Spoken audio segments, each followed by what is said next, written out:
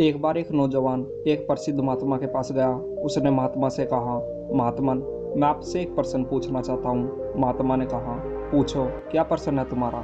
नौजवान बोला, महात्मन, हम सभी के पास दो पैर, दो हाथ, एक दिमाग और दिन में 24 घंटे का समय होता है। तो फिर ऐसा क्यों होता है कि कुछ लोगों को सब कुछ मिलता है, वे जो भी करते हैं हर काम में सफल होते हैं, सभी उनकी इज्जत करते हैं और उनसे दोस्ती करना चाहते हैं, लेकिन दूसरी ओर ज्यादातर लोग बस मेरी तरह सिर्फ सपने देखते रहते हैं, लेकिन वे कभी भी मनचाही सफलता हासिल नहीं कर पाते। तो आप मुझे कोई ऐसा तरीका बताएं जिससे मैं अपने लक्ष्यों को हासिल करके जिंदगी में कोई बड़ा मुकाम हासिल कर सकूं।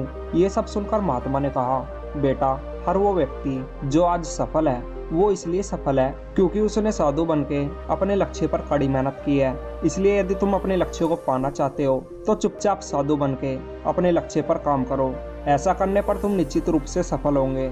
महात्मा की ये बातें नौजवान को समझ नहीं आई और उसने दोबारा महात्मा से पूछा, महात्मन, मुझे अपने लक्ष्यों को पाने के लिए भला साधु क्यों बनना पड़ेगा? साधु तो वे होते हैं जो अपना घर परिवार सब कुछ छोड़कर केवल ज्ञान प्राप्ति के लिए ध्यान करते हैं। इस पर महात्मा ने कहा, नहीं बेटा, हर वो इंसान जो अपने लक्ष्य को पाने के लिए उसके लक्ष्य से ध्यान भटकाने वाली चीजों को त्याग करके अपने लक्ष्य पर काम करता हुआ उसमें खो जाए, उसे साधु कहते हैं। इसी तरह यदि तुम रोज अपनी ऊर्जा का 90 से 100% भाग अपने लक्ष्य पर खर्च करो और हर उस चीज का त्याग कर दो जो तुम्हें लक्ष्य तक पहुंचने में बाधा डालती है, तो तुम साधु कहे जाओगे। और इस तरह सफल लोग साधु बन के पूरे जोश के साथ अपने लक्ष्य को पाने के लिए अपने लक्ष्य पर काम करते हैं और जिंदगी में बड़ा मुकाम हासिल करके लोगों को चौंका देते हैं। और जब तुम इस तरह साधु बन के पूरे जोश के साथ अपने लक्ष्य पर काम करोगे तो तुम अपने लक्ष्यों को पाकर जिंदगी में बड़े से बड़ा मुकाम हासिल कर सकते हो। ये सब बातें उस नौजवान को समझ आ गई और वो महात्मा को धन्यवाद कहकर वहाँ से चला गया। दोस्तों, सभी का जिंदगी में कुछ ना कुछ टारगेट जरूर होता है और इन 100% लोगों में केवल 1-2% लोग ही अपने टारगेट को हासिल कर पाते हैं, क्योंकि वे इस कहानी में महात्मा द्वारा बताई गई बातों को फॉलो करते हैं। जब वे जिंदगी में कोई मुकाम पाना चाहते हैं तो वे रोज अपनी ऊर्जा का अधिकतर भाग उस लक्ष्य को पाने में खर्च कर देते हैं और जब तक वे अपने टारगेट को हासिल नहीं करते तब तक वे उन सभी चीज़ों को अवॉइड करते हैं जो उनका फोकस उनके गोल से हटा देती है। टोक्यो ओलंपिक में भारत को गोल्ड मेडल दिलाने वाले नीरज चोपड़ा जैसा मुकाम हर कोई हासिल करना चाहता है, और जब बात नीरज चोपड़ा जैसी मेहनत की और चीज़ों को अवॉइड करने की आती है तो सब इन कामों को करने से बचते हैं।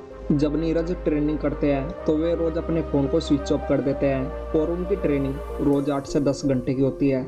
मतलब रोज 8 से 10 घंटे लगातार वे अपने आप को फ़ोन से दूर रखते हैं। लेकिन तुम्हें स्टेटस लगाने से होश नहीं, किसी की बात चुभ गई तब स्टेटस, कोई मोटिवेशनल वीडियो देख ली तब स्टेटस। देखो, स्टेटस लगाना बुरी बात नहीं है, लेकिन पहले अपना स्टेटस बना तो लो, फिर लगाते रहना स्टेटस बाद में।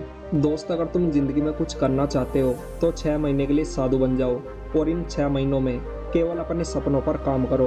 इन 6 महीनों के लिए दुनिया से अपने आप को लॉक कर लो, ना किसी पार्टी में जाना, ना दोस्तों के साथ घूमना। और अगर तुम्हारा फोन से कोई काम नहीं है तो इन 6 महीनों के लिए उसे स्विच ऑफ करके अपने से दूर रखो, क्योंकि ये फोन तुम्हारा ध्यान तुम्हारे लक्ष्य से हटा देता है। और अगर तुम्हारा फोन से कोई काम है तो फोन से सभी फालतू की चीज़ों को डिलीट कर दो। मैं मानता हूँ कि इन 6 महीनों के लिए इतना बड़ा सेक्रीफाइस करना तुम्हारे लिए ईजी नहीं होगा, लेकिन जब तुम इन 6 महीनों के सेक्रीफाइस में सोने की तरह तपोगे तो तुम्हारी सफलता की चमक से ये दुनिया चौंक उठेगी।